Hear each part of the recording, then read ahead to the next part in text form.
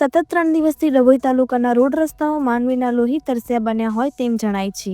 ત્યારે વાહન અકસ્માતનો સિલસિલો યથાવત રહેતા આજે ત્રીજા દિવસે પણ ડભોઈ વડોદરા રાજ્ય ધોરીમાર્ગ ઉપર રાજલી કોંગ્રેસ રાજ્ય ધોરીમાર્ગ મારુતિ ઇકો અને પાણીના ટેન્કર વચ્ચે સર્જાયો અકસ્માતમાં ઇકો ચાલકનું થયું ઘટના સ્થળે મોત. અકસ્માત સર્જાતા ટ્રાફિક જામના સર્જાયા દ્રશ્યો. રિપોર્ટર ફઝલ રજાક ખત્રી.